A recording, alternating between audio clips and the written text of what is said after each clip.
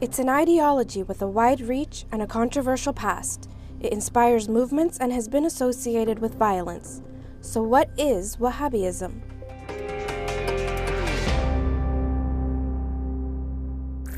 Wahhabism is named after its founder, 18th century theologian Muhammad bin Abdul Wahhab. He was born in 1703 in the city of Al-Uyayna to a family of clerics in a region of Arabia called Najd, about 70 kilometers northwest of Riyadh, the capital of modern-day Saudi Arabia. He founded the Wahhabi doctrine around 11 centuries after the advent of Islam, and was inspired by the well-known 13th century theologian Ibn Taymiyyah. With his movement, Abdul Wahhab said he wanted to bring Muslims back to what he felt were the basics of Islam, because according to him, they had deviated away from the pure religion. In Abdul Wahhab's most famous book, Kitab al-Tawheed, or the Book of the Oneness of God, he emphasizes that any misplaced reverence is an assault on God's unity itself. Much of the book warns against anything that he felt could be perceived as shirk, or ascribing partners to God, including some practices that remain part of the cultural fabric of Islamic spirituality, such as intercession, devotion at graves, and drawing pictures or images. Abdul Wahhab's followers and his supporters say that Muslims had strayed so badly from the pure teachings of Islam that they started, deifying trees and saintly figures and so on and so forth. Abdul Wahhab's opponents say that there was nothing like that, that these people basically accuse good Muslims of being fallen Muslims. Yasir Qadhi, Dean of the Islamic Seminary of America, says he was very much inclined towards the ideology a few decades ago and understands its appeal, but now finds parts of it to be problematic. The original manifestation by Ibn Abdul Wahhab himself was actually not only quite militant, but also quite fanatical in its excommunication of pretty much the entire world. Ibn Abdul Wahhab viewed the Ottoman Empire as being a manifestation of a pagan, un-Islamic, non-Islamic, anti-Islamic empire. And that essentially meant that he viewed the entire world around him to be non-Muslims other than his own one group. So if you wanted to be a Muslim, you had to be with him. Now, this version is not taught anymore. This version has been completely reoriented. Modern adherents to the school do not view this at all. In fact, it's difficult for them to even imagine Ibn Abdul Wahhab would actually say things like this, even though, of course, it's pretty clear in his books.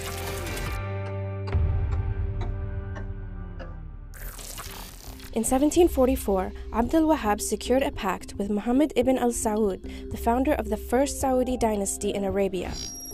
As the Ottoman Empire dissolved in the early 20th century, the al-Saud family was able to crystallize its power across both regions of what was then Najd and the Kingdom of Hejaz, and with the help of the British was able to create the Kingdom of Saudi Arabia in 1932. The initial agreement has been described as a political religious pact based on the purification of Islamic practices from popular religion, and an emphasis on strict monotheism. The Saud family has maintained its role of political and military leadership in the modern-day Kingdom of Saudi Arabia, with the descendants of Ibn Abdul Wahhab continuing to serve as religious advisors. إنما سعينا إن شاء الله فيما يظهر الحق ويعلو والأباطيل من تأمل الشيخ وتدبرها وقرأ كتبه رأى حقا أن هذه دعوة صالحة موافقة للكتاب والسنة وأن الله جل وعلا هيأ لها الإمام محمد سعود وأولاده فحموا هذه الدعوة وقاموا بها ونصروها وأيدوها. But many feel that this is exclusionary towards other schools of thought. And if you read his writings and you go over his textbooks, if you have chosen to reject my teachings, then you have essentially chosen to reject Islam. PBS Frontline describes the Wahhabi creed in these words. For more than 2 centuries, Wahhabism has been Saudi Arabia's dominant faith. It is an austere form of Islam that insists on a literal interpretation of the Quran. Strict Wahhabis believe that all those who don't practice their form of Islam are heathens and enemies. And this Saudi scholar confirms the point.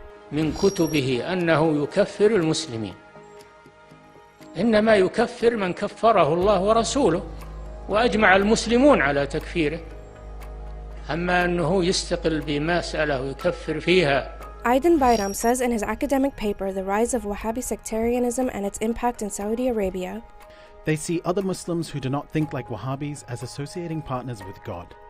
Thus, their blood and goods are permissible for Wahhabis. It's terribly dangerous when you take a look at individuals from within the Muslim community utilizing rhetoric like that around takfir and calling one another a disbeliever. It creates obviously a lot of hatred, a lot of animosity, and it really sort of so different than sort of the embracement of the importance of ummah and community within Islamic tradition.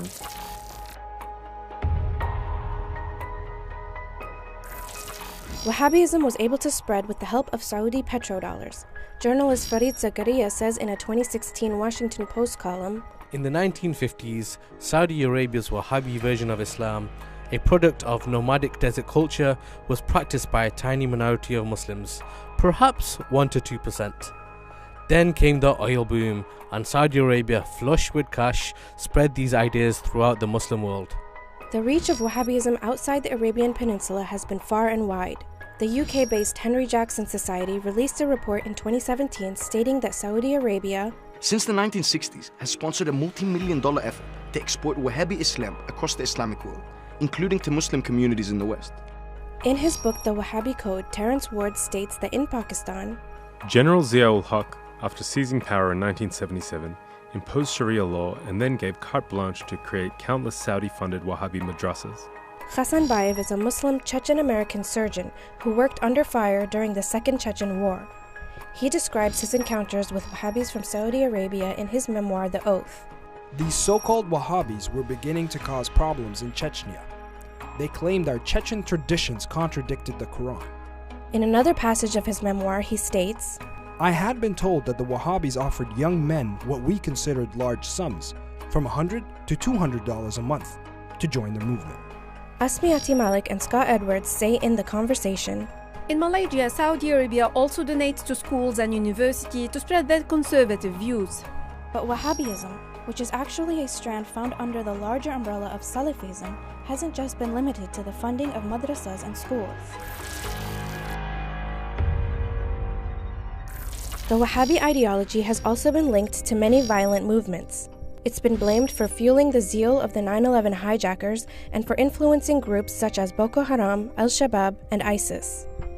It is correct to point out that some of the theology, dare I say much of the theology of groups like ISIS, actually do go back to the original teachings of the founders, which ironically the mainstream bulk of the followers no longer follow anymore. We're hearing news almost every other week of a bombing or a shooting that takes place in a place of worship, on Jumu'ah, for instance, on Fridays during the communal Friday prayer, where real devastation occurs just for the sole reason that someone has a different ideology or a different practice than the other.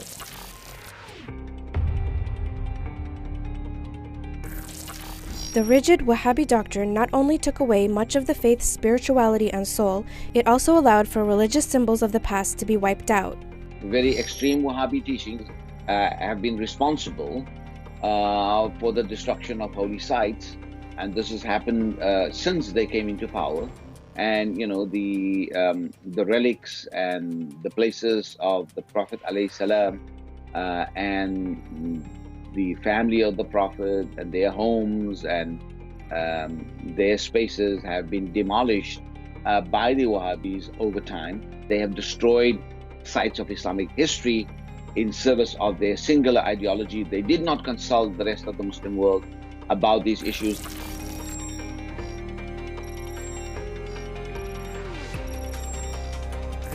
Some Muslims around the world acknowledge the Saudi government's religious legitimacy based solely on the fact that the holiest sites of Islam are under its jurisdiction. The great conundrum for most moderate Muslims is that the two holy cities of Mecca and Medina have been in Wahhabi hands for 90 years. Saudi money has strategically silenced virtually all criticism in the international media. So, is Wahhabism just another legitimate Islamic school of thought, or does it actually fuel sectarianism and violence?